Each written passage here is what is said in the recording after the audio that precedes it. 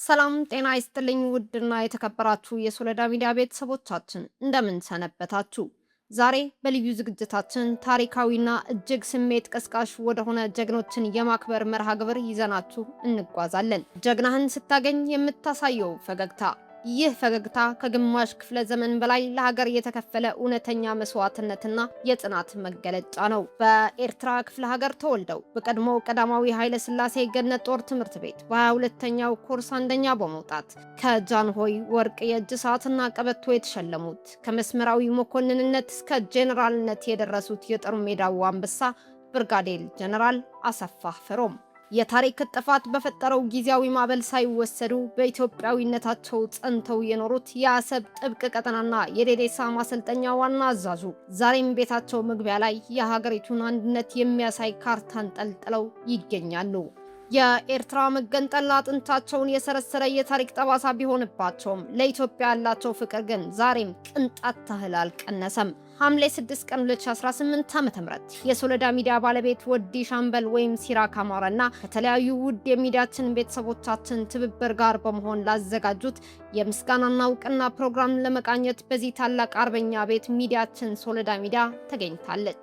እንደነ ጀነራል ዋሲሁን፣ ጀነራል ካሳ፣ ኮሎኔል ገበየው፣ ሻለቃ ደምሴና መቶ አለቃ ተስፋዬ የመሳሰሉ የያኔዎቹ ጀግኖች የቀድሞ የሀገር መከላከያ ሰራዊት ጀነራሎችና አባላት ስለ ብርጋዴር ጀነራል አሰፋ ፈሮም የሰጡት አስደናቂ ምስክርነትና ሙሉ ዝግጅቱን ይዘንላችሁ ቀርበናል። ጀግናው ብርጋዴር ጀነራል አሰፋ ፈሮም ኢትዮጵያ ታመሰግኖታለች በሚል መሪ ቃል ምስጋናና እውቅና የተቸራቸው ስሜት ቀስቃሽ ቆይታ አብራችሁን እንድትከታተሉ ከወዲሁ በታላቅ አክብሮት ጋብዛለሁ። መልካም ቆይታ።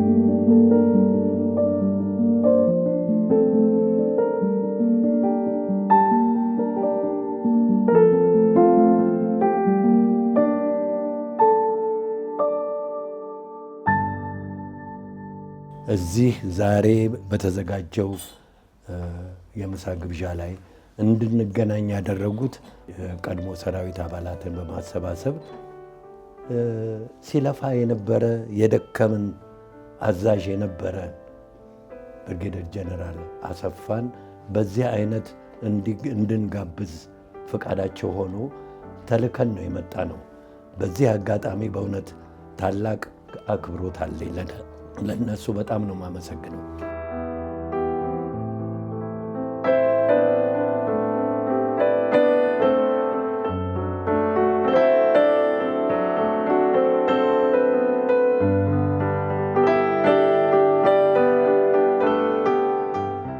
ወንድሞቼ እነ ሻምበል እዛ ባለበት ቦታ ሆኖ አስቦ ሁሉ ስላደረጉልኝ በኢትዮጵያዊነቴ እጅግ እኮራለሁ እና ቢጫ ቀይ አረንጓዴ የሆነች ባንዲራችንን ይዘን ሀገር ለምትባል ሀገር ስንጠብቅ መስዋዕት ስንከፍል የነበርን እንደዚሁ አንዳንድ እንደ ወዲ ሻምበል የመሳሰሉ ነገሮች ሳስብ እግዚአብሔር አንድ ነገር ሲያወድ መልሶ ወዲ ሻምበል ደግሞ ይሄን የሚያስቡ መፍጠሩ ለሁሉ መድኃኒት ያለው እግዚአብሔር መሆኑ እግዚአብሔር ላመሰግን ወዳለሁ። ከልክ በላይ ነው ደስታ የተሰማኝ።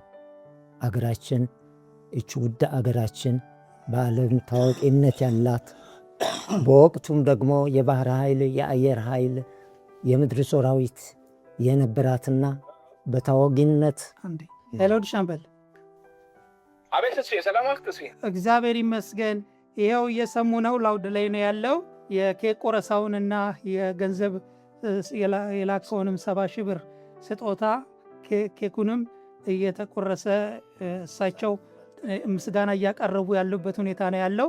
አሁን አንተ መቀጠል ትችላለህ። በጣም ነው የማመሰግነው። በእውነት ቃላት የለኝም። ይሄ ያስተባበራችሁ ተስፋ አንተም አጠገብ ላሉት አሁን እነማን እንዳሉ ስለማላውቅ ሁሉም በዚህ ቦታ ላይ የተገኙ ጀግኖች መጀመሪያ የከበር ስላንተ አቀርባለሁ። ለአለቆቻችን ሁሉ እግዚአብሔር ያክብርልን። እኚህ ጀግና ኢትዮጵያዊ ስለ ሀገር የተዋደቁ ለሀገር ዋጋ የከፈሉ በእውነት ቃል የለኝም። በእኔ ቃል የሚገለጽ አይደለም። ግን ምን ያህል እንደምንወዳቸው ምን ያህል እንደምናከብራቸው ነው እንግዲህ በሶሎዳ ሚዲያ ወዳጆች ይሄን ነገር ያዘጋጀ ነው። ጀነራል አሰፋ በጣም በጣም በጣም መጀመሪያ ከበር ሰላምታ አቀርባለሁ። ከሁሉ በላይ ደግሞ ስለከፈሉት መስዋዕትነት በታማኝነት ለገቡት ሰንደቅ ዓላማ ለዚህ ለህዝባችን በአራቱም አቅጣጫ በተለያየ ግንባር አውደ ውጊያ ውለዋል፣ አስተማሪ ሆነዋል፣ አዋክተዋል፣ ተዋክተዋል። ለዚህ ለከፈሉት መስዋዕትነት ኢትዮጵያ ታመሰግኖታለች። በእውነት በእውነት ጀነራል እንወዶታለን፣ እናከብሮታለን።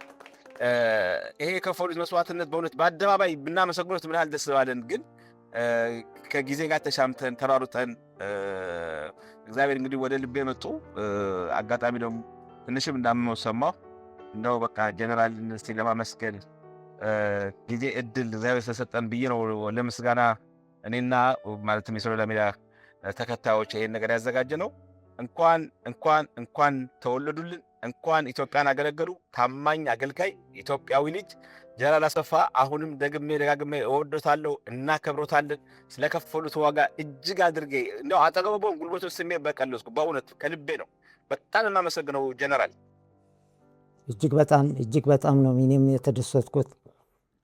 ከዛም በላይ ደግሞ አንተ እዛ ሆነ ይሄው የምትሰራው ያለ ስራ እጅግ የተባረከና አገራችንን ደግሞ እንደገና መልሳ ካለችበት ችግር ወቅታ የቀድሞ ዝናዋ የሚጠበቅበት ሁኔታ ይፈጠራል ብዬ እኔ ተስፋ አልቆረጥኩም እና እግዚአብሔር ይስጥልን። ወድ ሻምበል በጣም እድሜህ እንዲያርዝምልኝ እመኛለሁ። ሌላውን ሁሉ በዛ በቀረጻው የተደረገውን ስለሚደርስህ ስለምትከታተለው እንደምትደሰት ተስፋ አለኝ። እግዚአብሔር እድሜና ጤና ሰጥቶ በሕይወት እንደምንገናኝም ወደ ሀገርህ ገብተህ ተስፋ አለኝ። እግዚአብሔር ይስጥልኝ ሁሉ ለተደረገልኝ ነገር። እሺ ጌታዬ፣ ሲያንሰት ነው ጀነራል። በእውነት እርስዎን የመሰሉ እንግዲህ በድሮ በኢትዮጵያ ግዛት በነበረችው ኤርትራ ጠቅላይ ግዛት ይባል ነበር። በኋላ ደግሞ በደርግ ኤርትራ ክፍለ ሀገር ከዛ የመጡ ጀግኖች፣ እግረኛ ተዋጊዎች፣ አዛዦች ብዙ አሳልፈናል። እኔ በነበርኩበት 23ኛ ክፍለ ጦር እንደ ኮሎኔል ተኪ አይነቱ ብርጌድ አዛዥ እንደነ ኮሎኔል ጎይቶም ገብረሕይወት ከዛ ከሰሜን ኢትዮጵያ ተወልደው ለኢትዮጵያ የተዋደቃችሁ ጀግኖች፣ እርስዎ ደግሞ በአጋጣሚ ሆነው እዚህ በህይወት ቆይተው አዲስ አበባ እየኖሩ ነው። ግን ልናመሰግን በቃ ታንኪዩ ስለ አገልግሎቱ እናመሰግናለን ጀነራል አሰፋ። ስመጣ ደግሞ ይኸው ቃል እየገባሁ ነው፣ መጥቼ አያወታለሁ። በእውነት መጥቼ አያወታለሁ። በጣም አመሰግናለሁ። ለሁሉም አመሰግናለሁ። ከአንተ ጋር በሀሳብ ተስማምተው ሁሉ ነገር ለሚሰሩ ሁሉም ሰላምታዬን አቀርባለሁ። የኤርትራ ኢትዮጵያዊነት ከኔ የተጀመረ አይደለም። በብዙ ነገር እንደ ዘራ አይደረስ የመሳሰሉ የተዋደቁበት ለባንዲራዋ ሁሉ መቆም የሚፈልጉ የነበሩ እኛም በትክክል ኤርትራ ኢትዮጵያ መሆኗን አምነንበት በሶስቱም አንበሳ ኃይሎች በአየር ኃይል፣ በባህር ኃይል፣ በምድር ጦር አማካይነት ይህንን የታሪክና የትውልድ አደራ ለማስከበር ጊዜያችን ደርሶ በየአቅማችን ከፍለን እንዳንተ የመሰለ ደግሞ ነገሩ ሁሉ ታሪካዊ የሆነ ምዝገባውን ወይም ደግሞ ሁሉም ነገር እየተካሄደ ስላለ እጅግ በጣም ነው የማመሰግነው። እጅግ በጣም ነው የምኮራብህ። መምጣትህና ፊት ለፊት መገናኘታችን በጉጉት ነው የምጠብቀው። እግዚአብሔር ለዛ ያብቃን።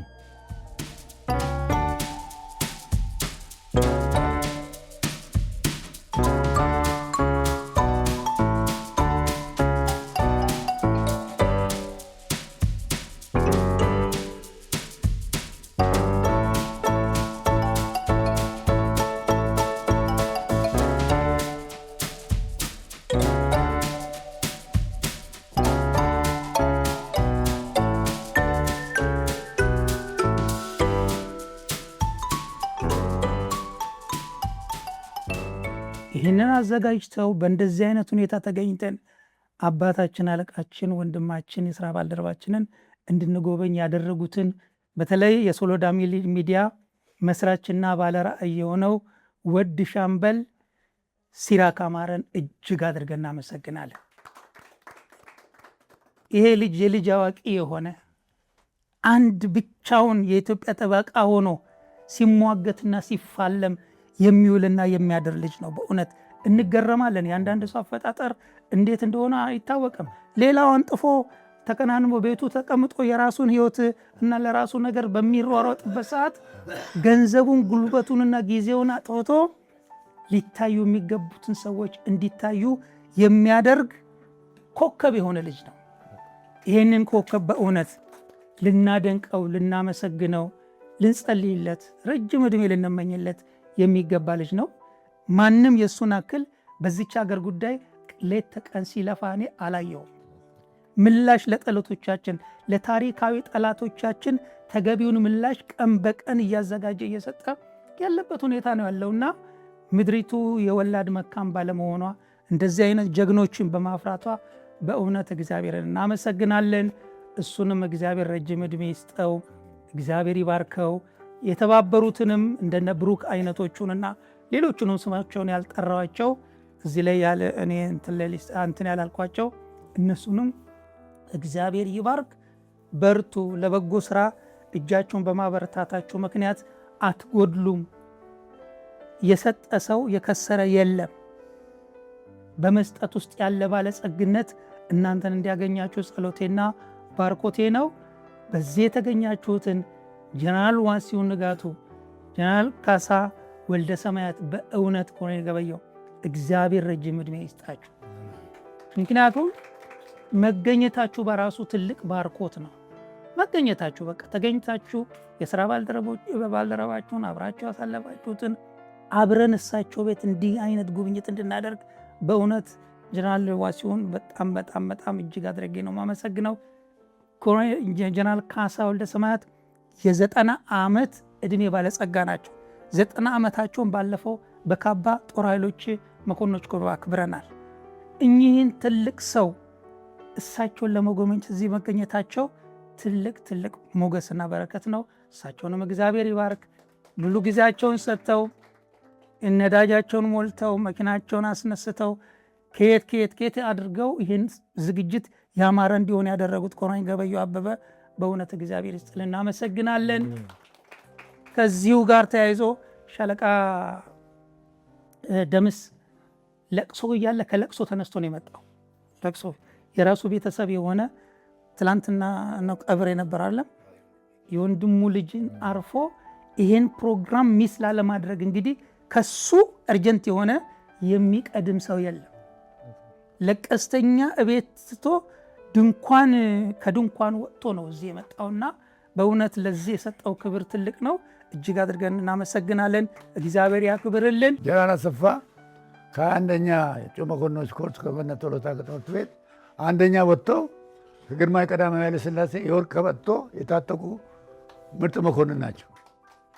ከእኔ ጋር ሁለት ጥሩ ጓደኛሞች ሞት ብቻ ነው የሚለያየን በሚል ጥሩ ጓደኛ ከኮርሶቼ ይበልጥ ጀነራል አሰፋ ናቸው እና እርስዎ ከጃንሆይ ወርቅ ቀበቶ ታጥቀዋል፣ እኔ ደግሞ ከጃንሆይ ጀግና ሜዳት አግኝቻለሁ እያል ብለን የምናወራለን እና በእውነቱ በህይወቶ ይሄ የመጀመሪያ በዚህ አይነት እንዲሸለሙ ያደረጉት መቶ አለቃ ተስፋዬ፣ ኮሎኔል ገበየሁ፣ ሁለቱ ተስፋዬኖች እና አሰፋ ይህ ሁሉ ትልቅ ነገር ነውና በህይወቶ ሊኮሩ ይገባል ለማለት ነው እና በጣም የሚያስደስት ነው። በተለይ መቶ አለቃ ተስፋዬና ሌሎችን አደራ የምለው እጅግ በጣም የሚያስደስት ነው። ለወደፊትም በዚህ አይነት ሁኔታ ይቀጥላል። እግዚአብሔር ስራችሁን ይባርክ፣ ሀገራችን ሰላም ያድርግልን እና መጨረሻ እንኳን ደስ አለው ለማለት ትወዳለሁ። እኔ እያንዳንዱ ሰው አድረስ ለማድረግ ሳይሆን እነዚህ ዛሬ የጀነራል አሰፋን በዚህ ላይ ደግሞ ከውጭ ሀገር ወንድማችን ወይም ልጃችን ጥሩ ኢትዮጵያዊ ይህንን አስቦ በማቀድ ሁላችንም እዚህ ተገኝተን ዛሬ በአንድነት ተሰባስበን ይህንን የመሰለ ጌት ቱጌዘር ማነው አንድነት ተሰብስበን ስንቋደስ በእውነቱ በጣም ደስ ይለናል እና ሁላችንም እንግዲህ መቼም በዕድሜ ጣሪያ ምክንያት እንደየቅደም ተከተላችን እናልፋለን። በዚህ ምድር ላይ ማንም ሰው አይኖርም። ሁሉም በጊዜው እስካለ ድረስ ብቻ ነው እና አሁንም ከኛ በኋላ ያላችሁት ሁላችሁም እንደዚሁ በመተሳሰብ ይሄ ሁኔታ እንዲቀጥል እኔ በጣም እመኛለሁ እና ወደ ዋናው ነገር ስመለስ ጀነራል አሰፋ አፈወርቅን እኔ የማውቃቸው በፊት በዝና ሳውቃቸው ወታደርና ዓላማው በሚለው ጋዜጣ ክፍል ውስጥ ሰራተኛ ነበሩ። ከዛ በኋላ ከወጡ በኋላ አልተገናኘንም እኛ እና መኮንን ሆነው ከጦር ትምህርት ቤት ተመርቀው ከወጡ በኋላ እዛው ይመስለኛል በመጀመሪያ የተመደቡት መከላከያ ማስታወቂያ ክፍል ይመስለኛል። ተሳስቼ እንደሆነ ነው ታርመኛለህ እንግዲህ። እና ከዛ በኋላ ነው ይሄ ብዙ በሁሉም ክፍለ ሀገር እየተዘዋወረ እኔም እስከማውቀው ድረስ በምስራቅ፣ በወሎ፣ በማል፣ በትግራይ፣ በጨርጨር በዚህ ሁሉ ቦታ ተዘዋውሮ ተዋግቷል። ግን ኤርትራ እኔ ባለሁበት ቦታ አልመጣም፣ አላየሁትም። እና ከዛ በኋላ ነው አሁን የተዋወቅነው እና ጀነራል አሰፋ ጥሩ ኢትዮጵያዊ፣ ከኢትዮጵያዊም ኢትዮጵያዊ ብዙዎቹ ኤርትራ አብረን ስንዋጋ የነበር ነው። ኤርትራ ተገንጥላ ስትሄድ ጠቅለው ነው ሄዱት ወደዛ እና ጥቂቶቹ ግን ኢትዮጵያዊ የሆኑት እኛ ሌላ እናውቅም ከኢትዮጵያ በስተቀር በሚል እዚሁ ከእኛ ጋር ኢትዮጵያ ውስጥ እየታገሉ ነበረ። ትግራቸውን እዚህ ሆነው ቀጥለዋል እስከ ዛሬ ድረስ። በዛው ቀጥሎበት እየታገለ ነው ያለው ከሁላችንም ጋር እና አሁንም ታሞ ቤቱ ሆኖ እንኳን ብዙ ስራ እየሰራ ነው በእውነት። እና እኔ የምመኘው ምንድን ነው አሁን እሱ የራሱን ህይወት ታሪክ በመጽሐፍ መልክ ማስቀመጥ ነበረበት። እንደ ጀምሬያለሁ ጨርሻለሁ እያለ ይነግረኛል። ግን እንግዲህ ምን እንዳደረሰው አላውቅም። እና ይሄን ከጨረሰና ከዛ በኋላ ለሚሆነው ነገር ምንም ፍርሃት የለም። ሞት የሚባለውን ነገር አንፈራም። ሞት እኮ ከዚህ በፊት ነው ተፈርዶብን ነበር። በብዙ ሞት ሸለቆ ውስጥ አልፈናል። በሕይወታችን ላይ ፈርደናል። ጥይት ካሁን በአሁን በላያችን ላይ ለምን አያርፍም? እንዴት ለምን እጄን እሰጣለሁ? በሚል ሁኔታ ላይ ሁሉ አልፈን ሄድን ነን እዚህ የደረስነን። ምክንያቱም ዕጣ ፈንታ ነውና እግዚአብሔር የሰጠውን ዕጣ ፈንታ ማንም ሊሽረው አይችልም። ግማሾቻችን ያው ዕድሜ ጨምሮልን እስከ ዛሬ አለን እና አለን ሁሉንም እየመሰከርን ያለ ነው። ግማሾቹም እንግዲህ አሁን አልፈዋል። አሁን ለምሳሌ ከኔ ጋር ከኤርትራ ወደ ሱዳን የሄድነው እንኳን 5 ጀነራሎች ነበሩ። ከ5ቱ እኔ ብቻ ነኝ ያለሁት በሕይወት እና በዚህ ቦታ ላይ እኔና 100 አለቃ ተስፋዬ ብቻ ነን ያለ ነው ወደ ሱዳን ከሄድነው እና ያንን እንግዲህ ያ ሁሉ አልፏል። ይሄ በዚህ ውስጥ ሁሉ አልፈን ለዛሬ በቅተናል እና ይሄ ቅርና አሁንም ደግሜ ጀነራል አሰፋን በጣም አመሰግናለሁ። እግዚአብሔር ለወደፊቱ ሙሉ ጤንነት ሰጥቶ ከሁሉም ጓደኞች ጋር እኩል ተሰልፈ ያቀድከውን እቅድ እንድትፈጽም እንድረዳ እግዚአብሔርን እለምናለሁ። አመሰግናለሁ።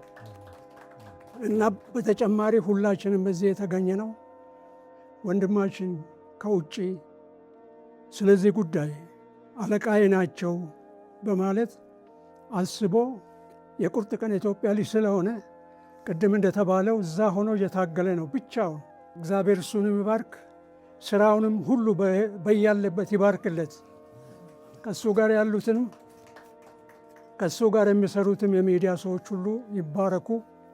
ስራችሁን ጠንክራችሁ እንግዲህ በታዘዛችሁት መሰረት ፈጽማችሁ አለቃችሁን እንድታስደስቱ። በተረፈ እግዚአብሔር ጀነራል አሰፋ ረጅም ዕድሜ ይስጥልን። ለሁላችንም ደግሞ እንደዚሁ ተባብረን አብረን አንድነት በየጊዜው እንድንቋደስ ይርዳን። አሜን። ወስጌቴ እና ዛሬ ይህን እድል በማግኘት በጣም ደስ ይለኛል። ቅድም መቶ አለቃ ተስፋዬ እንዳለው መሀል ቀርበት ስለሆነ ነው እንጂ ምክንያት ሳይኖረኝ ቀርቶ አይደለም የመጣሁት። እና ታላቅ ወንድሜ ብኩር ልጁን አቶ ሀዘን ተቀምጦ ካለበት ነው። ይሄ ደግሞ እሳቸው ታሪክ የሰሩ አባት ናቸው። እናት አባት ቢሞት በአገር ይለቀሳል፣ አገር የሞተለት ወዴት ይደረሳል ነው። አገር እንዳይሞት ያደረጉ ጀግና ስለሆኑ ነው። እና ጀነራል አሰፋ አፍሮም እኔ የመጨረሻ አዛዤ ናቸው። በነገራችን ላይ ዛሬ ለእኔ ታሪካዊ ቀን ነው። የመጨረሻው አዛዤ ነበሩ በሰራዊቱ። የመጀመሪያ አዛዤ 110ኛ ሚሊሻ ብርጌድ እያለሁኝ የኮሎኔል ጌታቸው ተክሌ የመጀመሪያው ምክትል መቶ አለቃ ሆኜ ከወለታ ተመርቄ ሲሄድ በ70 ዓመተ ምህረት አዛዥ ነበሩ። መጨረሻ ላይ ደግሞ ደዴሳ ስፓርታ ብርጌድ የማዕከሉ አዛዥ ነበሩ ጀነራል አሰፋ አፍሮም ናቸው። እኔ 4ኛ ብርጌድ ስፓርታ ብርጌድ አዛዥ ሆኜ ከዛ በየአቅጣጫ ሆነን ተበታተን እና ስለ ጀነራል አሰፋ አንድ ነገር እንደው ሁላችሁም እንድታጤኑ ትውልድም እንዲያውቀው መናገር እንፈልገዋለን። አጤናችሁ ከሆነ የኢትዮጵያ ሰንደቅ ዓላማ ያለበት ኬክ እዚህ ጋር ተቀምጦ ነበረ። ኤርትራ የሚለው ለየት ብሎ ነበረ። እንደዚህ አይነት ካርታ አይደለም የማውቀው ብለው ያን የተቆረጠችውን አንድ አድርገው ነው የሳሉት እሳቸው መልሰን እና እችን ሁላችሁም በልቦናችሁ ያዙ እና እኚህ ታላቅ ጀግና ሌላ ዳግማዊ ዘርአይ ደረስ ናቸው። ኢትዮጵያን የሚወዱና እኔ አለቆቼ ፊት ቆሜ ከዚህ በላይ ማለት የምፈልገው የለም። እኔ የኔ አንድ ምኞት አለ እግዚአብሔር እንዲያሳካልኝ የምፈልገው ያ ምኞቴ አለቆቼ ተከብራችሁ ማየት በህልሜ የማልመው ነው። ያንን ለማየት ያብቃኝ። ጌታዬ ረጅም ዕድሜና ጤና ይስጦት። ስለ ጀነራል አሰፋ ብዙ ተነግሯል። የቱን አንስቼ የቱን ልተወው የሚል ነው በእኔ ውስጥ ያለው። እንደው በአጭር አንድ መናገር የምፈልገው ምን አለ የቀድሞ የምድር ጦር ሰራዊትና የሲቪል ሰራተኞች ማህበር ሁላችንም አንድ ውስጥ ነበር፣ እዛ ውስጥ ነበር። ያ መጽሐፍ ሲታተም አፐር ሃንዱን የወሰደው እሱ ነው እና የድርሰት ሙያውን በጣም ነው የማደንቀው። ስለ ውትድርናው ተነግሯል። አሁን ደጋግሜ የማነሳውም አይደለም። ስለዚህ ዕድሜ ይስጥህ፣ የነገ ሰው ሁላችንም ይበለን፣ ለዚች ሀገር መስካሬ ለመሆን ያብቃን። ይሄ ነው የመጨረሻው አባባል። ያመሰግናል። ሁሉም ሰው ይሳሳታል። እየተሳሳትን ነው እንጂ ዓለም ስትፈጠር ከዓለም ውስጥ አንዷ እቺ ካርታችን ነች። ይዋት አሁን ብዬ ነው ደግሞ እዚህ ያመጣኋት። እዚህ ጋር የተመልከቱ እዚህ ነው የሚያርፈው። ሆን ብላችሁ እዩት። በምን ያልተያያዝነው ነገር አለ?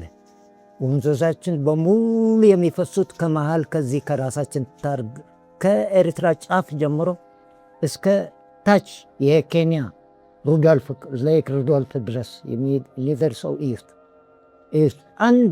በአንድ ተረተር ተያይዘን የመጣን አንድ ዘር ነን ያለ ነው። እዚህ አንድ ዘር አንዱን ከአንዳችን የሚበልጥ አይደለም በፍጹም። እንዴት አድርጎ እግዚአብሔር እዚህ ፈጠረን? እዚህ ሚድል ኢስትስ እንደዚህ አድርጎ በቀይ ባህር ወሰን በኢንዲያን ኦሽያን አሁን በሚራኮትበት ፈረንጆቹ ሌሎቹ በሚራኮትበት ቦታ ላይ እንዴት አንድ ላይ ያመጣኝ እዚህ ጋር እግዚአብሔር ስራ ነው። ይሄን ነገር እኛ ልናፈርሰው አንችልም። ብንሞክርም ብናድንም ማድረግ የማንችል ሰዎች ነን። ይልቅ ይህንን ከልባችን አውቀን በጊዜው ሁኔታ ተታለን በማይሆን ቦታ ገብተን ህዝቡም አገሩም እንዳንበደል መጠንቀቅ ይኖርብናል ነው የምለው። ከሰሜን ኤርትራ ከመጨረሻ ራስ ዱሜራ እስከ ራስ ካስል ተመሽኮስ ይሄ እስከ ጫፏ እዚህ ጋር ያለ ይቺ ትክክለኛ ያለ ይሄ ሩዶልፍ ያለው ተመልከቱ። ኢትዮጵያ እዚህ በሙሉ ደግሞ መጋቢ ነች ከአካባቢያችን ላሉት አገሮች በሙሉ ሶማሊያ ብትሉ፣ ኬንያ ብትሉ፣ ሳውት ሱዳን፣ ኖርት ሱዳን፣ ሌላው በሙሉ። ስለዚህ ጥንቃቄ ብቻ ማድረግ ነው። ይህንን የሚሽር ማንም ሰው የለም። ሁላችን እዚህ ጋር ያለ ኦሮሞ፣ አማራም፣ ትግሬም፣ ምናምን ምናምን እንደየሁነቱ እንደየታሪኩ እንደየባህሉ እዚህ ሰብስቦ ያስቀመጠን አብረን ወደፊትም የምንኖር እኔ እንደዚህ ወድ ሻምበል የሚባለው እንደሚታገለው ሁሉ ምታጋይ ሆነን መፈጠር አለብን ነው የምለው። አደራችሁ ይሄን ጠብቁ።